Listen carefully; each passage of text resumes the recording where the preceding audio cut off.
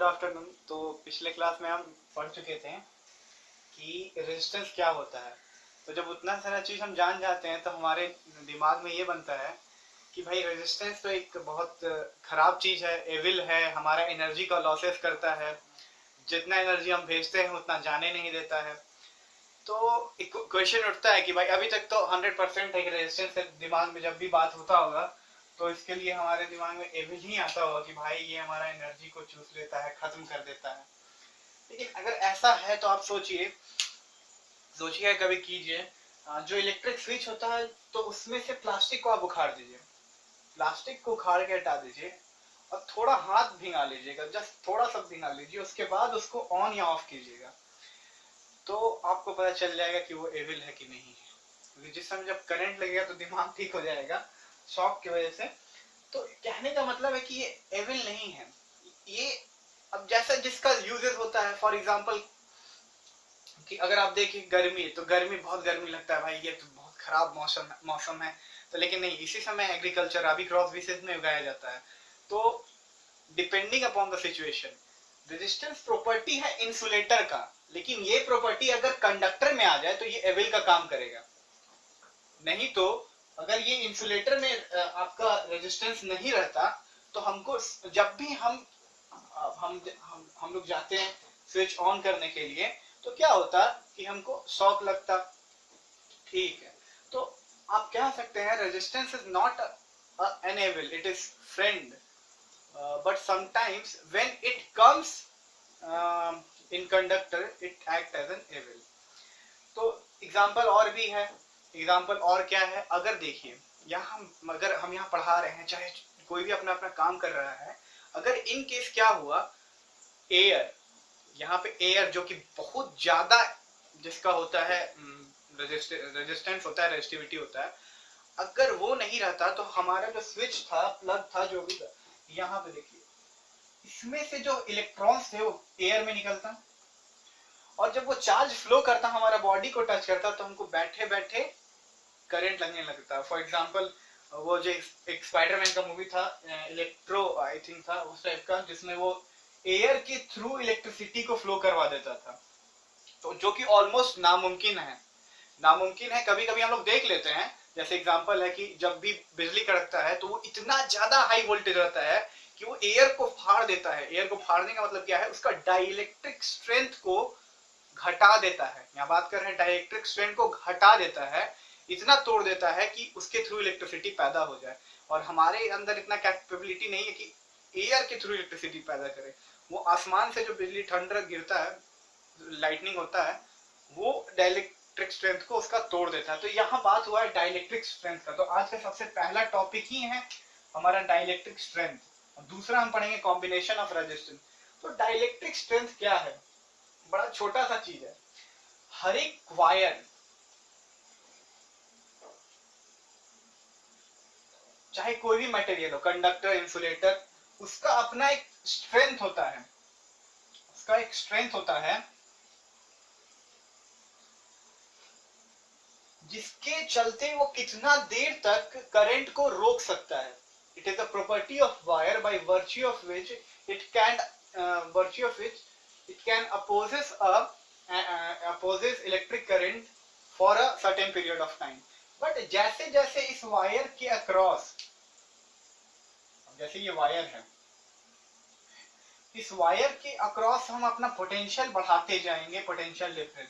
मान लीजिए पहले हम रखेंगे 40 वोल्ट, अब 50 कर दिए, अब 60 कर दिए, एक बार 120 कर दिए, अब 50 वोल्ट, 60 वोल्ट, 100 वोल्ट, 110 वोल्ट तक में, 110 मान लीजिए लास्ट यहाँ पे किया, 110 वोल्ट तक में क्या हुआ, या इसके वायर के थ्रू करंट जा ही नहीं रहा था, करंट जा नहीं रहा था। तो हमें पता चलता है कि भाई नहीं, ये वायर थोड़ा सा दिक्कत कर रहा है, इसमें करंट नहीं जा रहा, इसका डाइलेक्ट्रिक स्ट्रेंथ बहुत ज्यादा है। लेकिन अब क्या है, अब यहाँ पे हम थोड़ा इसको 110 छोड़ के 120 लिखते हैं। अब यहाँ पोटेंशियल डिफरेंस कितना का हो गया, 120 वोल्ट। अच्छा, ये 120 वोल्ट है क्या पोटेंशियल डिफरेंस, पहले उसको समझ लीजिए। 120 वोल्ट का मतलब है कि भाई यहाँ जो वोल्टेज है हमारा, इस जगह पे यहाँ वोल्टेज है 120 वोल्ट का, और ये जो है ये 0 वोल्टेज है, इसीलिए हम बोल रहे हैं पोटेंशियल डिफरेंस ये 0 वोल्ट है, इसीलिए हमारा बोल रहे हैं पोटेंशियल डिफरेंस कितना है 120 वोल्ट, मतलब यहाँ 120 है यहाँ 0, दोनों का डिफरेंस कीजिए 120 वोल्ट आएगा। तो अब ये 120 वोल्ट पे इसमें करंट दौड़ना स्टार्ट कर देता है। अब जैसे ही इसमें करंट स्टार्ट कर देता है दौड़ना, तो हमें पता चल जाता है कि भाई इसका डाइलेक्ट्रिक स्ट्रेंथ क्या है, 120 वोल्टेज का ही है।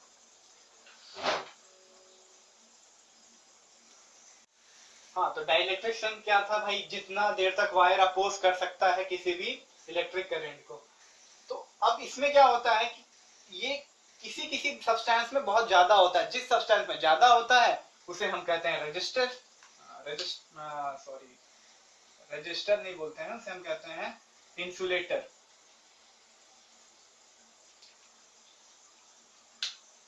इंसुलेटर जो कि अपने थ्रू करंट को पास ही नहीं होने देता, बहुत ज्यादा होता है।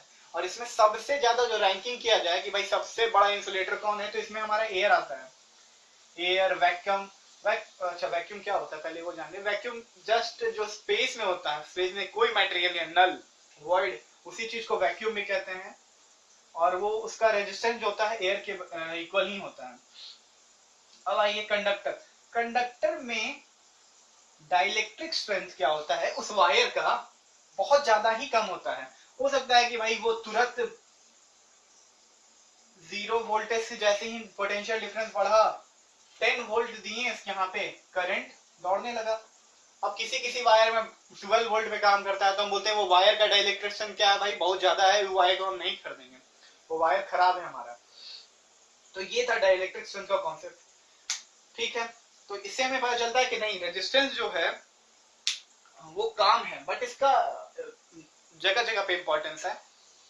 चलिए ठीक है, और अभी आगे हम पढ़ेंगे कॉम्बिनेशन ऑफ रेजिस्टेंस। एलॉयज जो होते हैं उसे हम स्टैंडर्ड रेजिस्टेंस की तरह यूज करते हैं अपने लैबोरेटरी में। क्योंकि उसका टेम्परेचर चेंज नहीं होता है इंक्रीजिंग टेम्परेचर के कारण से। ऐसा क्यों, मतलब कहने का मेरा मतलब ये है कि अगर आप लैब में जाइएगा तो वहां हम कोई ऐसा रजिस्टर चाहिए जिससे हम कंपेयर कर सके, फिक्स कर सके। फॉर एग्जांपल यहाँ एक तराजू है, मान लीजिए तराजू है, एक साइड हम वजन अगर 1 kg रख रहे हैं, तो इस साइड हम वजन उसके जैसे कि अगर बराबर आ गया, इस साइड वाला वजन जो भी इस साइड रखेंगे बराबर आ गया, तो इसका कहने का मतलब है ये भी 1 kg होगा। कम आया तो इसका कहने, अगर ये ऊपर हो गया, अगर ये ऊपर हो गया तो कहने का मतलब है कि ये थोड़ा ज्यादा वेट कर रहा है। फिर अगर ये नहीं ये ऊपर हो गया तो इसका मतलब है कि ये थोड़ा कम है। बट अगर सोचिए यही हमारा जो फिक्स्ड वैल्यू है यही चेंज होता रहे, तो हम कभी भी अपना इस वैल्यू का पता कर नहीं पाएंगे। तो वहां पे क्या होता है कि बहुत ज्यादा यूज होने के कारण से वायर्स का जो टेम्परेचर है बढ़, अब ज्यादा देर तक इलेक्ट्रॉन टकराएगा तो टेम्परेचर बढ़ जाता है, जिसके कारण से ये जो हमारा फिक्स्ड वैल्यू है वही तो आपका घटते बढ़ते रहता है। इसी कारण से हम एलॉयज का यूज करते हैं। एलॉयज का यूज इसलिए करते हैं क्योंकि ये फिक्स रहता है, इसको टेम्परेचर का कोई असर नहीं होता है। बहुत सारे एलॉयज है, एक मार्क्स से एमसीक्यू में पूछता है, नाइक्रोम जैसे हो गया, नाइक्रोम एलॉय। नाइक्रोम किसका मिक्सचर है, तो भाई निकल, क्रोमियम और मैग्नीज, इसका ये एलॉय है, ठीक है। ये छोटा सा चीज था। अब हम आगे बढ़ते हैं और देखते हैं भाई होता क्या है कॉम्बिनेशन ऑफ रेजिस्टेंस। तो कॉम्बिनेशन ऑफ रेजिस्टेंस है क्या। अगर आप सोच रहे हैं कि आप अगर हमारे घर का ही वायरिंग देखिए, तो आपको पहले तो पता नहीं चलेगा अगर आप कुछ जानते नहीं है, क्योंकि एक वायर नहीं है, और एक वायर एक जगह कनेक्टेड नहीं है, एक जगह डिस्कनेक्टेड नहीं है, बहुत जगह है। हमारे मेन्स से सब निकलता है और मेन्स में ही आके जाके रुकता है। तो डिपेंडिंग अपॉन द सिचुएशन हमको क्या चाहिए, कॉम्बिनेशन करना पड़ता है रेजिस्टेंस का। अगर हम एक लाइन में क्या करें, एक ही वायर को निकालें, एक वायर को निकालते हैं ऐसे, और इसी में हम फैन लगा दें, इसी में बल्ब लगा दें, इसी में एसी चला दें, तो बहुत प्रॉब्लम होता है, बहुत ज्यादा ही प्रॉब्लम होता है। क्योंकि क्या होता है कि अगर आगे पढ़ेंगे हम लोग कि अगर कहीं पर भी वायर कट गया, एक कट हो गया, इसका मतलब है कि आगे तो करंट फ्लो ही नहीं करेगा। आगे करंट फ्लो ही नहीं करेगा तो भाई अब आपका डिवाइस काम ही नहीं करने वाला है आपका। तो इस चीज को हटाने के लिए तो सीरीज में, तो इसलिए सीरीज में हम लोग लगाते नहीं है जनरली, बट सीरीज का भी अपना अपना यूज है। जब हमको बहुत ज्यादा हाई अमाउंट में करंट चाहिए होता है तो वहां सीरीज लगा देते हैं। चलिए आइए तो देखते हैं 2 टाइप्स का कॉम्बिनेशन होता है।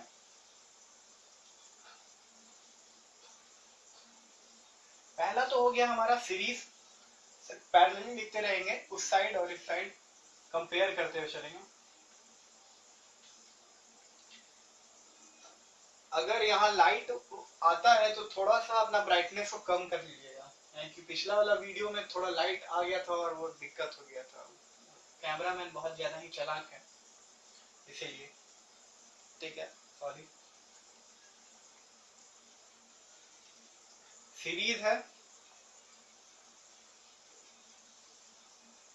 तो चलते रहता है, सॉरी की बात, ठीक है। सीरीज हो गया और एक पैरेलल हो गया। तो देखिए यहाँ पे डायग्राम में देखा जाए तो सीरीज क्या होता है, आपका ये सर्किट है,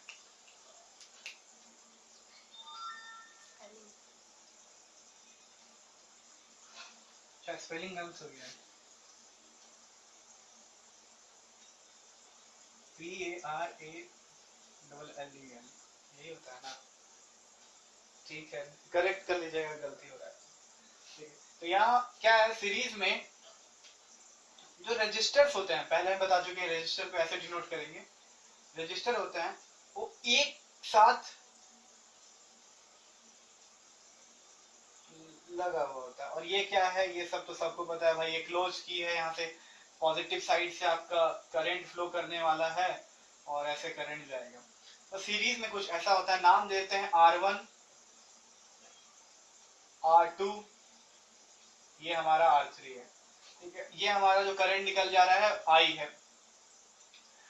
है और यहाँ जो वोल्टेज है उसको मानते हैं V वोल्टेज है। ये हो गया सीरीज का। और यहाँ पे देखिए हम थोड़ा सा इसको पैरेलल का बताते हैं।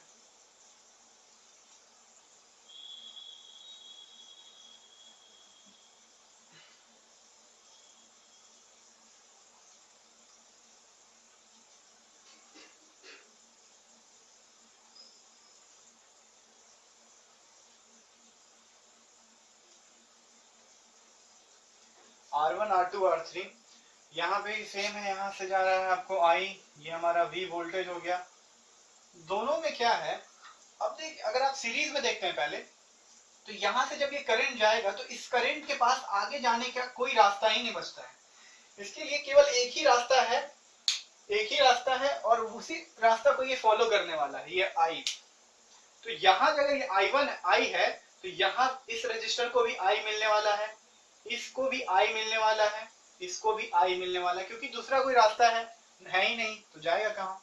बट अगर आप यहाँ देखिए तो यहाँ क्या होता है, I जब यहाँ पहुंचता है तो इसके पास 3 रास्ता होता है और अकॉर्डिंगली क्या करता है, वो उसी में बढ़ जाता है। ऊपर में I1 चल जाएगा, नीचे में I2, मतलब वैल्यूज है, I1 I2 क्या है, एक तरह का वैल्यूज ले रहे हैं। और तीनों I इज इक्वल टू, यहाँ लिख देते हैं I1 plus I2 plus I3, ये हमारा I3 है नीचे में। तो करंट यहाँ डिवाइड हो गया। अब आगे देखिए वोल्टेज के साथ क्या होता है। वोल्टेज जो है, आपको एक चीज समझना है, वोल्टेज रेजिस्टेंस वाइज डिक्रीज करते चलेगा आपको।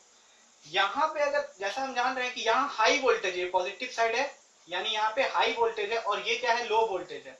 तो कहने का मतलब ये है कि ये देखिए, यहाँ पे हाई वोल्टेज मान लेते हैं ये 220 वोल्ट है, तो ये 220 यहाँ पे होगा और यहाँ पे जो होगा 0 होने वाला है। तो ऐसे अगर बढ़ते जाते हैं तो 220 के अनुसार से हम ले लेते हैं, यहाँ पे तो पूरा 220 वोल्ट ही आया होगा। फिर आगे जाने पे और कुछ वोल्टेज घट जाता है, तो यहाँ मान लेते हैं 150 के बाद आपको 150 से और कम लेना होगा, 50 मान लेते हैं, 50। फिर आगे जाने के बाद यहाँ पे आपको हो गया मान लीजिए 10 वोल्ट, और इसके जस्ट बाद 0 वोल्टेज। तो यहाँ पे वोल्टेज घट जाता है। बट यहाँ अगर आप देखिएगा तो यहाँ जो वोल्टेज, यहाँ इस पॉइंट के अक्रॉस, इस दोनों पॉइंट के अक्रॉस जो वोल्टेज है वो सेम होने वाला है। कहने का मेरा मतलब है कि अगर ये 220 वोल्ट यहाँ भेजे हैं, यहाँ 220 वोल्ट होगा और उस तरफ क्या होगा, 0 वोल्ट होगा। तो इन सारा रेजिस्टेंस को 220 ही वोल्ट मिलने वाला है। यहाँ पे वोल्टेज जो होता है सेम होता है, ठीक है, सारा रेजिस्टेंस को 220 ही वोल्ट मिलने वाला है।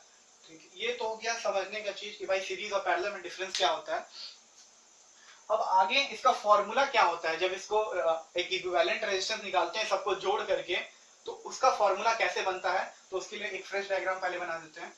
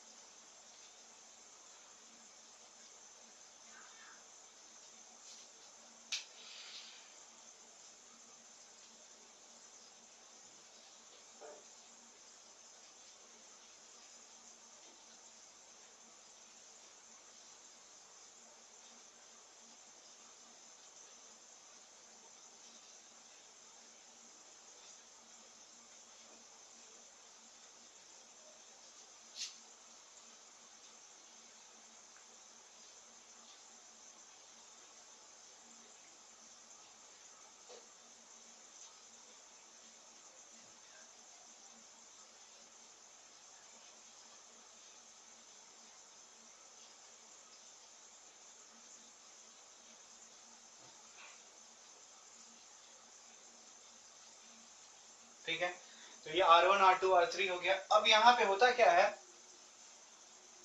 इसका फॉर्मूला क्या होता है, तो देखिए यहाँ पे जैसे कि हमको पता है कि भाई करंट सेम होने वाला है और वोल्टेज V1 V2 V3 मान लेते हैं, क्यों, अभी जस्ट बता चुके हैं, वोल्टेज डिक्रीज करते जाएगा।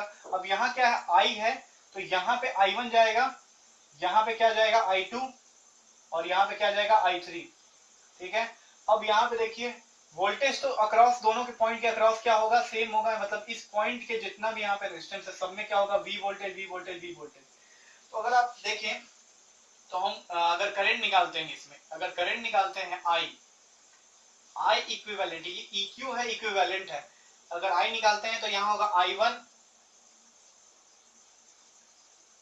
प्लस I2, नहीं I1 I2 कुछ नहीं होगा, क्योंकि यहाँ पे करंट जो है सारा का सारा करंट जो है सेम ही है, इसलिए I सारा में क्या होगा, I ही होगा, यहाँ पे भी I होगा, यहाँ पे भी I होगा, यहाँ पे भी I ही होने वाला है। ठीक है, और आगे आ जाइए V इक्विवेलेंट क्या होगा,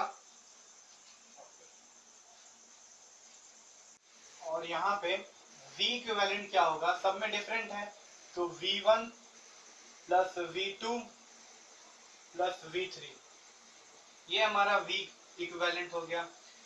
अब इसको आगे देखें तो यहाँ पे अच्छा यहीं पर लिख देते हैं, अगर यहाँ देखा जाए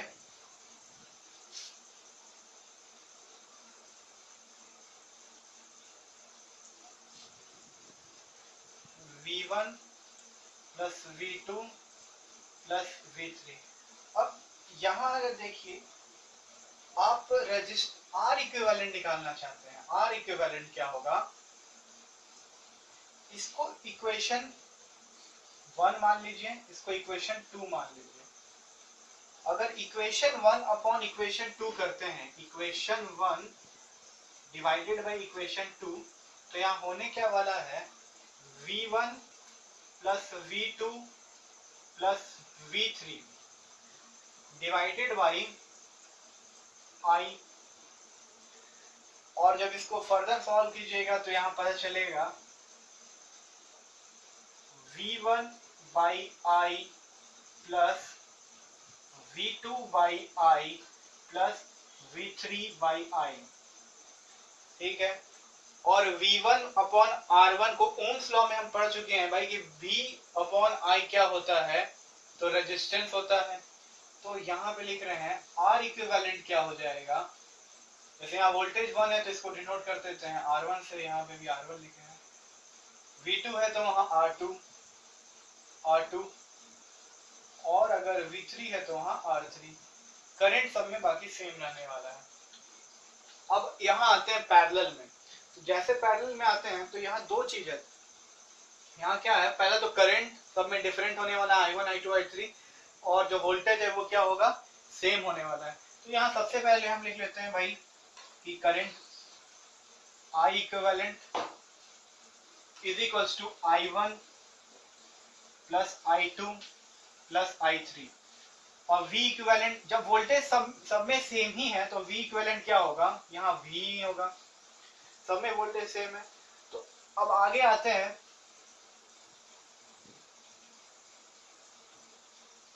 तो देखिए अब हमको क्या करना है भाई, ये हमारा इक्वेशन 1 है, ये हमारा इक्वेशन 2 है। इक्वेशन 1 बाई इक्वेशन 2 करते हैं। इक्वेशन 1 बाई इक्वेशन 2 करेंगे तो क्या होगा, इससे हमको R इक्विवेलेंट मिलेगा।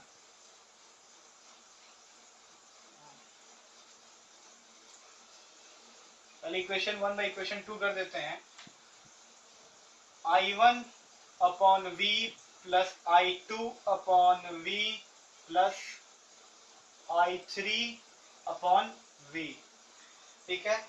अब अगर आप देखें तो हम ओम्स लॉ, जो कि हम पढ़ चुके थे हम लोग, ओम्स लॉ में क्या था, ओम्स लॉ में यहाँ पर लिखते हैं कि V upon I is equals to R। अब दोनों साइड जब रेसिप्रोकल करते हैं तो यहाँ क्या हो जाता है, 1 by R is equals to I upon V। Similarly आप अगर देखिए I अपॉन V है, I2 अपॉन V3 है, I3 अपॉन V है, तो यहाँ क्या है, आप देख इसको क्या लिख सकते हैं, यहाँ पे R1 1 upon R1 sorry 1 upon R1 1 upon R2, और यहाँ क्या लिखिएगा 1 अपॉन R3, और ये और कुछ नहीं आपको इक्विवेलेंट रेजिस्टेंस देगा। ये क्या देगा, R इक्विवेलेंट देगा, 1 by R1 plus 1 by R2 plus 1 by R3। तो ये जो इतना लंबा गया, ये है हमारा लास्ट में, पहले उसको थोड़ा सा हाईलाइट कर देते हैं। यहाँ ये है और यहाँ ये है, इतना लंबा गया, इससे क्या हम लोग को यूजेस क्या होने वाला है, तो यूजेस क्या है, अभी जो हम आगे न्यूमेरिकल बनाएंगे तो हमें इक्विवेलेंट रेजिस्टेंस फाइंड होगा, तो हम इस फॉर्मूला का पैरेलल में यूज करेंगे और इस फॉर्मूला का कैसे यूज करेंगे, सीरीज में। तो एक चीज आप बोलिएगा हम पहचाने कैसे भाई कौन पैरेलल में है कौन पैरेलल में नहीं है, तो इसके लिए एक छोटा सा ट्रिक होता है जो कि मैं आपको अगले वीडियो में बता दूंगा। ये वीडियो थोड़ा लंबा होते जा रहा है, तो आपको बस एक चीज ध्यान देना है कि पैरेलल में वोल्टेज सेम होता है और सीरीज में करंट सेम होता है, ठीक है। तो और कुछ काम है क्या कि आपको जो भी आप पढ़ते हैं तो उसको आप थोड़ा सा प्रैक्टिकल लाइफ से जोड़ के देखिएगा, तब और पढ़ने में मजा आएगा और इंटरेस्टिंग भी लगता है उस चीज को, अगर आप सोचिएगा तो फ्री टाइम में, स्पेयर टाइम में अपने, ठीक है। Thank you for watching my video. Next video में इसके कुछ न्यूमेरिकल करवा दूंगा, और ठीक है।